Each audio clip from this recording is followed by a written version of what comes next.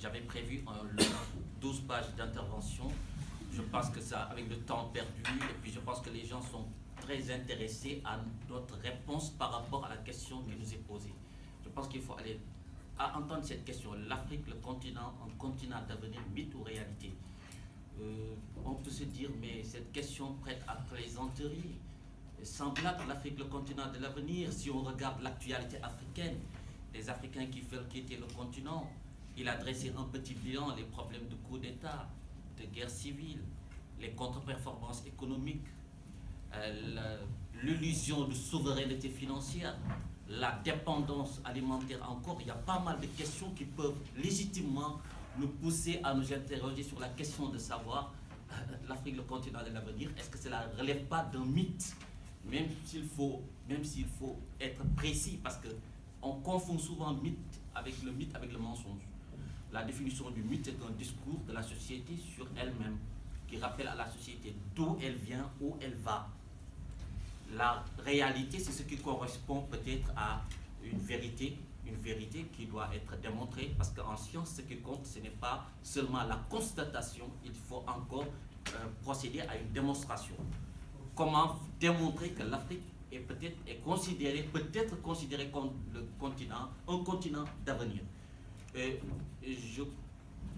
Le Sénat français a produit un document que je vous conseille de lire, c'est téléchargeable sur Internet, 498 pages, pour ceux qui ont envie de... Voilà.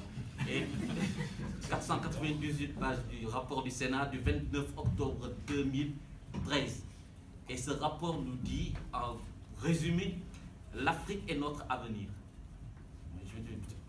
Il y a quelques jours, j'ai entendu le candidat au premier socialisme, Manuel Valls, nous dire l'Afrique est le continent de l'avenir, l'Afrique est notre horizon.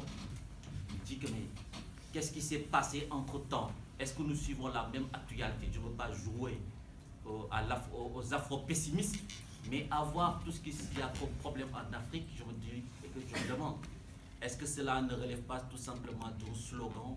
Est-ce que cela ne relève pas tout simplement d'une belle parole destinée à encenser l'ego des Africains? C'est très plaisant de s'entendre dire vous êtes le continent de l'avenir. Et après je me dis mais qui le dit? À quoi ressemble un continent de l'avenir? Sur quels critères on peut se baser pour dire que l'Afrique a toutes les chances d'être un continent d'avenir? Et je pense qu'il a bien relevé tous les problèmes que nous traversons sur le plan économique, sur le plan, j'y reviendrai un peu. On présente souvent l'Afrique en insistant sur le taux de croissance. Je pense qu'il l'a dit. Là, je vais essayer de voir un peu les points. Le taux de croissance, il y a récemment le Premier ministre sénégalais face à l'opinion publique qui lui disait mais vous nous parlez sans cesse de taux de croissance, mais la croissance, ça ne se mange pas. La croissance, ça se passe. On n'arrête pas de nous parler de démographie en disant que oui, le taux, la démographie, 2 milliards d'habitants peut-être en Afrique, à long terme, ça peut constituer un potentiel économique énorme avec ces populations-là. Mais si on regarde bien en économie, le taux de croissance, ou même le taux de croissance ne suit pas le taux de démographie, la démographie. La démographie est très très très importante, un développement, la jeunesse, les jeunes sont extrêmement nombreux en Afrique, la jeunesse qui se développe, et cette jeunesse qui veut pratiquement, si l'on regarde l'immigration clandestine, qui ne peut même pas rester en Afrique, au moment même où on tient un discours consistant à dire que l'Afrique est le continent de l'avenir. Quelque part, on peut rester sceptique. Mais on peut se dire, mais pour la première fois dans le monde, peut-être pour la première fois dans l'histoire de l'Afrique, on nous tient peut-être ce discours.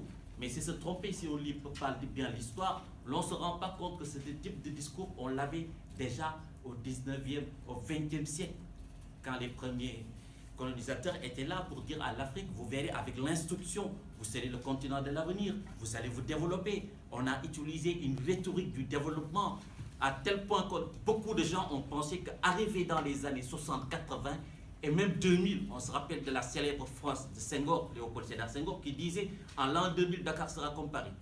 Et je me dis finalement, est-ce qu'il ne faut pas se méfier de ce type de discours et prendre la réalité, essayer d'analyser l'Afrique à partir du continent pour voir véritablement quels sont nos problèmes. Quels sont nos problèmes? Le problème, ce n'est pas seulement de jeter le discrédit sur l'Afrique, mais d'essayer d'identifier les problèmes pour ne pas répéter les mêmes erreurs qu'on a connues dans le passé. Parce que si le développement ou si être un continent d'avenir, c'est suivre la même trajectoire, le même itinéraire que les pays occidentaux développés, on peut se poser des questions. Aujourd'hui, qu'est-ce que l'on voit sur le plan économique, sur le plan... On a pas mal d'investissements sur tout ce qui touche le matérialisme, je veux dire. Le développement des transports, la construction d'aéroports, on investit dans le béton, on investit dans l'acier, le pétrole, les véhicules, les portables, il l'a dit. S'il y a quelque chose d'étonnant en Afrique, c'est qu'un Africain a souvent 1, 2, 3 portables. Parce qu'effectivement, ça correspond à ce qu'on peut appeler les produits globaux qui donnent en tout cas l'occasion à certains d'exhiber la fortune, d'exhiber un peu sa condition. Ça donne un peu une certaine importance à l'individu. Et même les gens se débrouillent pour trouver l'électricité quelquefois là où il n'y a pas d'électricité. Moi, à Saint-Louis, pas loin de l'université, il n'y a pas d'électricité. Je me rends compte que pas mal d'étudiants, pas mal de jeunes qui travaillent dans les champs, ils vont au niveau des stations d'essence pour demander un peu d'électricité pour que les portables fonctionnent. Ces contradictions-là. Et je me dis qu'effectivement, ce type de slogan doit nous donner l'occasion, l'opportunité de poser les bonnes questions. Si être un continent d'avenir, c'est suivre la même trajectoire que les pays occidentaux, est-ce qu'il n'y a pas là un danger? Est-ce qu'il n'y a pas mal de risques que les Africains peut-être même courent à force de vouloir penser qu'il faut rattraper les pays occidentaux? J'ai vu le livre ça, il en parle. Est-ce qu'il faut, parce qu'on entend un type de discours, il faut accélérer la cadence, il faut rattraper les pays développés, en oubliant que peut-être qu'aujourd'hui, certains pays ont atteint un niveau de développement qui leur pose peut-être des problèmes de pollution, la question écologique. Est-ce que le développement, être un continent d'avenir, c'est investir dans le béton? Est-ce que c'est investir dans la modernité? Est-ce que nous ne sommes pas dans ce que l'autre appelait l'illusion de la modernité? Est-ce que nous ne sommes pas dans les imaginaires du développement? Est-ce que nous ne tombons pas dans la cantophrénie, cette tendance consistant à vouloir, par les chiffres, dire qu'effectivement, taux de croissance, 8%, développement économique, le nombre de banques, le nombre de cartes réalisées, etc. Est-ce que tout cela ne nous éloigne pas des véritables priorités que le continent africain devrait peut-être essayer de résoudre? Si l'on regarde bien, dans pas mal de secteurs, l'Afrique traverse un certain nombre de problèmes. Sur le plan alimentaire, je peux insister sur le plan alimentaire, sur le plan des industries, sur le plan de sa jeunesse, de la formation. Dans beaucoup de domaines, l'on se rend compte qu'effectivement, on n'est pas éloigné des problèmes que les Africains ont traversés depuis longtemps. Maintenant, l'heure aujourd'hui est à l'afro-optimisme. Après l'afro-pessimisme pour des raisons de coup d'État, pour des raisons qu'on a évoquées, on est aujourd'hui dans l'afro-optimisme. Afro-optimisme qui me pousse moi à m'interroger. Il a donné le produit national brut. Je dis qu'effectivement, par rapport à ces notions-là, est-ce qu'il ne faut pas raisonner en termes de bonheur national brut? Est-ce que, les indices qu'on nous donne pour évaluer les performances, les niveaux de vie, est-ce que ces indicateurs-là, est-ce que ces critères-là ne posent pas problème? Sur un autre plan géostratégique, géopolitique, effectivement, est-ce que l'Afrique ne risque pas d'être confrontée aujourd'hui, puisqu'il y a, avec ce type de déclaration, c'est une sorte d'appel, de déclaration consistant à dire, vous les investisseurs, vous qui voulez faire de l'argent, vous qui voulez avoir des opportunités, des débouchés, des marchés, allez vers l'Afrique parce qu'il y a un marché à prendre. 2 milliards d'habitants, et est-ce que cela ne constitue pas finalement à long terme un risque par rapport à ces Africains-là qui vont se retrouver avec des conflits d'intérêts? La bénédiction du pétrole, les ressources énergétiques, toutes ces ressources-là, l'on se rend compte de plus en plus qu'en Afrique, il y a des conflits d'intérêts, même des conflits militaires, des conflits, des guerres quelquefois civiles qui découlent de cette mal-gestion, de cette mauvaise gestion des ressources africaines, parce que finalement, pas mal de mafias, pas mal de réseaux, pas mal d'armées sans État et d'États sans armées se retrouvent sur ce terrain-là pour essayer d'exploiter ces ressources-là encore une fois. On s'en rend compte, l'exploitation du zinc, du pétrole, de toutes ces ressources-là, les ressources halieutiques, et toutes ces recherches, personne ne doute, je pense, que l'Afrique a un potentiel énorme en ressources minières, en ressources halieutiques, dans le domaine du pétrole, du zircon. Dans tous ces secteurs-là, l'Afrique, effectivement, regorge de richesses. Maintenant, le problème, c'est ce problème-là qu'on a cessé d'avoir dans l'histoire de l'Afrique, qui va avoir effectivement des mafias, des réseaux, des groupes d'intérêts venir s'accaparer encore une fois de ces produits, de ces biens. Si on regarde en Afrique, je ne suis pas étonné. Quand je circule un peu à Dakar, entre Dakar et Saint-Louis, et que je regarde toutes ces entreprises-là qui construisent les routes, qui construisent les terres, etc., qui construisent l'aéroport, c'est souvent des entreprises étrangères qui viennent s'installer. Et souvent, il n'y a pas de transfert de connaissances, même de transfert de technologie par rapport aux populations sur place. À tel point que ce type de slogan peut inquiéter. Faut-il s'en inquiéter ou s'en réjouir quand on nous dit que l'Afrique est un continent d'avenir? Est-ce qu'il ne faut pas s'en inquiéter? Maintenant, le problème qui reste encore une fois, puisque en politique, comme le dit le sociologue Pierre Bourdieu, rien n'est compliqué, tout est politique.